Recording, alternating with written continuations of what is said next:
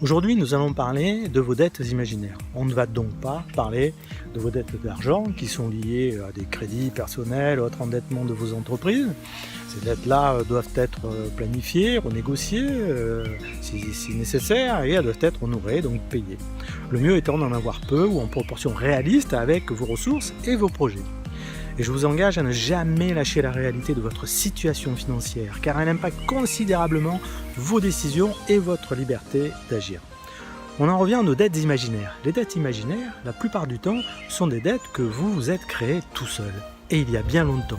Souvent, cela fait suite à une émotion forte et désagréable que vous avez ressentie. Souvent, suite à une blessure narcissique qui a créé une cassure dans votre interprétation de la vie et un changement de cette interprétation. Avec cela, une décision que vous posez plus ou moins consciemment dans votre esprit, celle de remédier à cette situation à l'origine de l'émotion. Ou bien, parfois, ce sont les proches qui vous ont imposé ces dettes, en vous disant que plus tard, vous ne devrez jamais faire comme eux pour que le destin vous soit favorable. Et ce type de discours peut vous amener au niveau personnel, professionnel, relationnel, à certains engagements dans votre tête. Et c'est comme ça que vous créez des dettes imaginaires. Par exemple, la promesse que vous vous faites d'acheter un jour une maison à votre maman pour bien la loger. La promesse de redorer le prestige familial pour réparer des échecs financiers de votre famille parce que c'est votre devoir, parce que vous sentez une attente de la part de vos proches, de vos aïeux, de je ne sais pas qui. Donc ces dettes imaginaires ont plusieurs motivations, telles que vouloir se rendre ce que l'on a reçu, prendre une revanche, réparer une injustice et compenser d'une manière ou d'une autre une blessure. Vous croyez avoir une dette, mais personne ne vous la demande vraiment, et heureusement. Donc cette dette est imaginaire et cela peut être étendu à son conjoint, ses amis, ses enfants.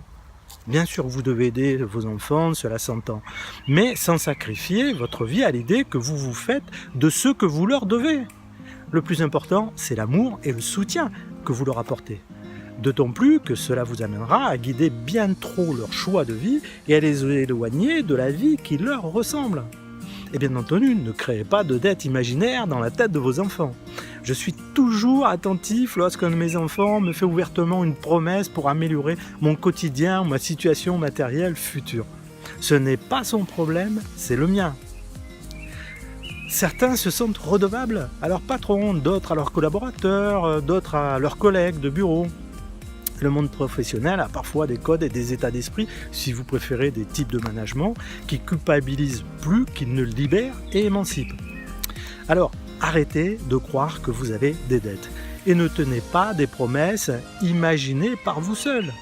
C'est une prison que vous vous créez, comme l'idée que vous devez faire ce que vos parents n'ont pas pu faire ou bien redresser leurs échecs. C'est plus un frein qu'une motivation. Et même si éventuellement cela aboutit à un bon résultat matériel, souvent ce ne sera pas pour vous et cela ne vous rendra pas heureux ni épanoui. Votre vie vous appartient, donc ne cherchez pas à régler celle des autres. Vous construisez votre vie sur des bases qui ne sont pas émancipantes. Vos ancrages se sont construits autour d'enjeux, de challenges, de responsabilités, de devoirs, d'engagements qui impactent toute votre vie. Sauf qu'ils vous ont privé de votre liberté d'être et de votre liberté de devenir la personne que vous pouvez devenir.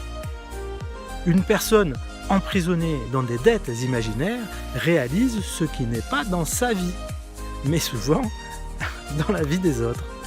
Elle peut avoir l'impression de réussir sa vie pour un temps, mais elle aura un jour un rendez-vous avec le constat de cette vie. Et elle aura une désillusion, celle d'avoir accompli la vie de quelqu'un d'autre. En principe, ces dettes ne vous sont jamais demandées, jamais personne ne vous dira qu'elles existent. Vous les avez imaginées, leur avez donné forme, les avez fait vivre dans votre esprit et aussi dans les actes de votre existence. Et elles vous ont contraint à des choix inadaptés à vos envies propres. En arrivant à la crise de vie, à la crise de la quarantaine, cela deviendra de plus en plus évident que vous ayez engrangé le paiement ou non de ces dettes. L'évidence sera que vous avez été prisonnier de ces dettes. Il vous faut réaliser votre propre existence, car la vie, c'est d'apprécier ce que l'on fait et ce que l'on partage. Et c'est être créatif de votre vie à partir de la connaissance de qui vous êtes, avec tout le libre arbitre que vous devez avoir. Donc soldez vos dettes, ne les remboursez pas, parce que rembourser quoi et qui? Seul un parent tyrannique attendra de vous que sa propre situation personnelle, matérielle et même professionnelle dépende de vos résultats. Heureusement, l'opportunité de la crise va vous amener à vous désendetter de tout ce passif existentiel qui vous a pénalisé longtemps. Saisissez cette période comme une chance de construire une vie qui vous ressemble. Faites-vous confiance, sentez-vous libre d'être vous et de découvrir vos potentiels. La vie qui vous rend heureux est juste là, devant vous. Allez-y.